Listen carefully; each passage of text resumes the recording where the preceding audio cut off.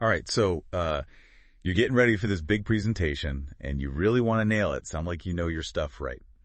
And what better way than to drop some knowledge on a tech topic that, well, let's just say, causes more than a little stir.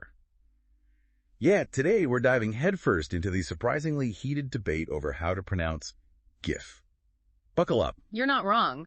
This seemingly simple acronym has sparked arguments, since the days of dial-up. We're talking vintage internet controversy here. Seriously. Like, people have been losing sleep over this since before the World Wide Web even took off. Oh, absolutely. It's been a long-standing debate. But for anyone who might not be up to speed on their internet history, could you give us a quick rundown of what GIF actually stands for and why it's become such a big deal? Yeah, for sure. So GIF, it stands for Graphics Interchange Format. Catchy, right? Very descriptive. And it's been around since, get this, 1987. Whoa, 1987. Okay, so older than some of our listeners, maybe. Oh, okay. But anyway, that's ancient history in internet years, right? Yeah. And these days, GIFs, they're everywhere. Social media memes, presentations, probably even some lurking in that presentation you're prepping for. You know it. They're everywhere. Okay, but that brings us to the real reason we're here. How to say the darn thing out loud. Is it GIF with a hard G, like gift, or GIF with that soft G, like, the peanut butter? Ah, yes, the peanut butter. It always seems to find its way into the conversation. Oh, it's an important benchmark. But seriously, why is this such a point of contention? It's just 3 little letters. You would be surprised. And to truly understand why, we need to, we need to take a little trip back in time. Back to the 90s, when this pronunciation battle really started heating up. So this isn't just some recent internet fad. People have been arguing about this for decades. Absolutely. And to add another layer of complexity, English has this quirk where "gi" can be pronounced with a hard G or a soft G, depending on the word. Think about it. Gift versus ginger. Okay, that's true. There's no universal rule for B words. So I gotta ask, didn't the creator of the GIF, the one who unleashed this linguistic puzzle upon the world, ever weigh in and set the record straight? As a matter of fact, they did. And that's where things get really interesting. Steve Wilhite, the inventor of the GIF, he made a public declaration back in 2013 at the Webby Awards, of all places. Well, hold on. He actually came out and said it. Okay, I gotta know. Which side did he choose? Drum roll, please. He's Team Soft G. No way. He prefers it like the peanut butter. He does. In his own words, and I quote, "It's pronounced GIF, not GIF. End of story." Which, I have to point out, is kind of ironic coming from a tech innovator. Language isn't exactly known for its hard and fast rules, right? You're telling me. So did that finally put an end to the great GIF pronunciation debate? The creator has spoken. Case closed, right? You would think so, wouldn't you? But the internet, as we know, loves a good debate. Oh, I bet. So people weren't exactly ready to lay down their hard G's and just walk away. You got it. Not quite the mic drop moment you'd expect, huh? Instead of ending the debate, Wilhite's declaration just kind of threw fuel on the fire. People were fired up, passionately defending their chosen pronunciation online like it was a matter of national pride. You know what? It is kind of endearing, this passion for pronunciation. But if even the creator's word isn't enough to end the debate, what are people using to back up their arguments? Dictionaries, encyclopedias, ancient linguistic scrolls. Well, some people actually do turn to linguistics to bolster their stance, which is kind of cool, right? There's this one linguist, Michael Dow, who did this really comprehensive study analyzing hundreds, and I mean hundreds, of English words with that tricky D sequence. Hundreds of words. This guy was serious. I can practically hear his inner grammar enthusiast rejoicing with every guy he found. Talk about dedication to the cause. But what's interesting is he found pretty much a near-perfect split between hard G and soft G pronunciations in the English language. So it's a tie. We're going to war over a tie. Classic. It's kind of a testament to human nature. We love to argue, debate, especially when it comes to language. No kidding. But it's fascinating to me how people can have such strong opinions about this kind of thing, even when there's no real right or wrong answer. It's true. I think a lot of it boils down to, what we call pronunciation bias. We develop these biases early on based on, the words we're exposed to growing up, the way people around us speak. So if you grew up hearing GIF pronounced a certain way, chances are that's the pronunciation you're going to stick with. It's like an ingrained linguistic reflex, right? Yeah. You don't even think about it. You just say it the way you've always heard it. Exactly. But then there's this other camp, the ones who try to apply logic and, hard and fast rules to language, even when those rules don't really exist. We call those system arguments. System arguments, huh? Are these the folks who whip out their dictionaries in the middle of a Twitter war?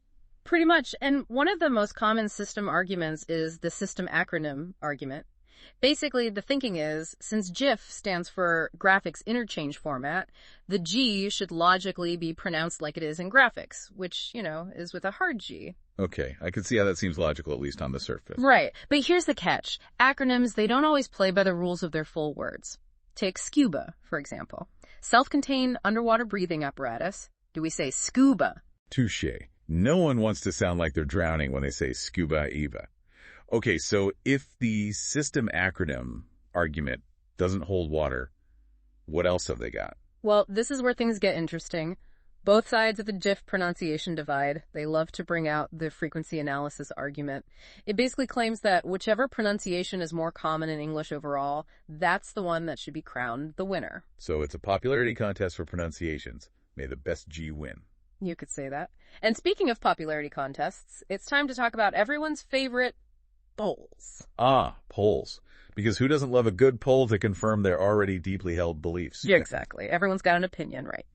So where do the polls fall on this grand debate? Is it hard G domination or is soft G making a surprise comeback? Well, let's see. Lay those poll numbers on me. All right. So back in 2014, Mashable did this whole poll, and guess what?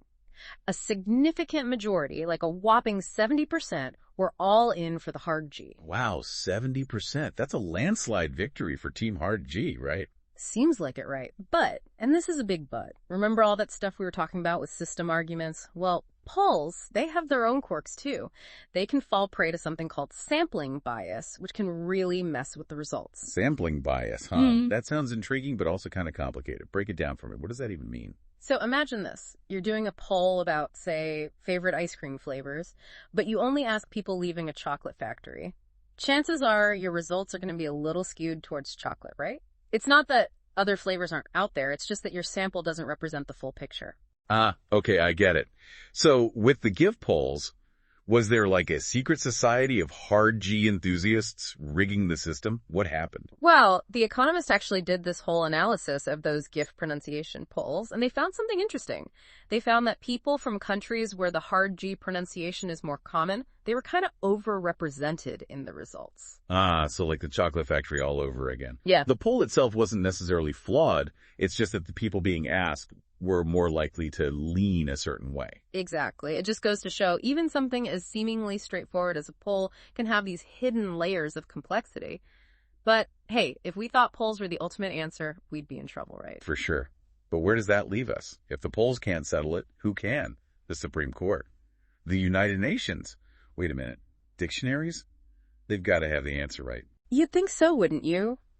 Those guardians of grammar and pronunciation, the keepers of the linguistic flame. But even dictionaries can't seem to get on the same page with this one. Are you serious? The dictionaries are throwing in the towel. What's going on?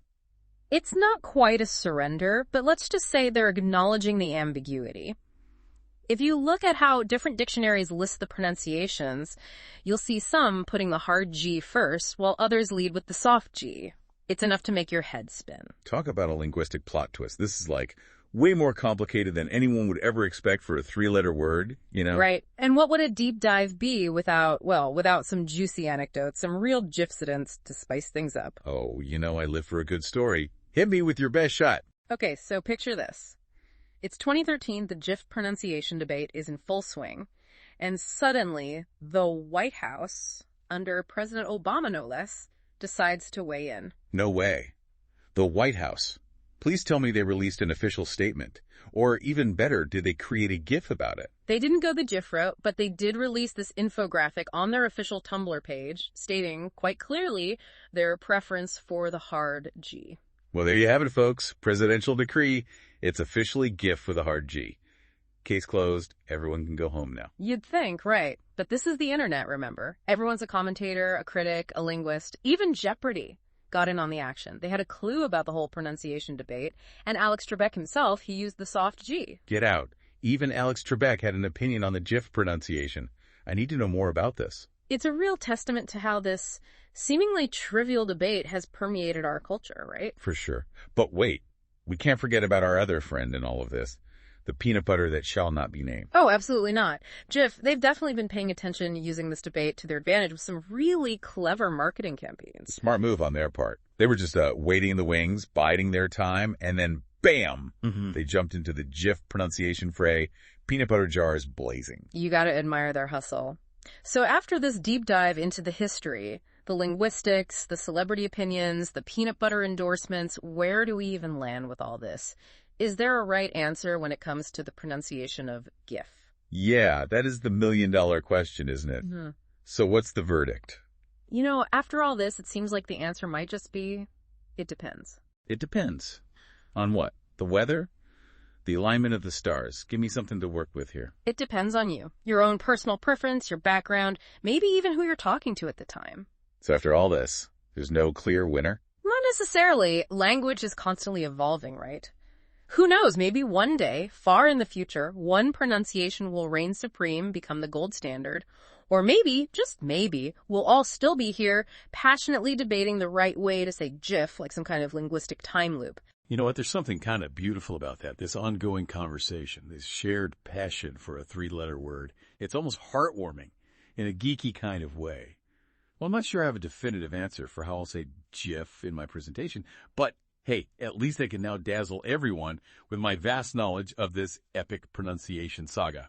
Thanks for joining us on this journey, folks. It just goes to show even the smallest words can spark the biggest conversations. Until next time, keep those debates lively and those GIFs coming.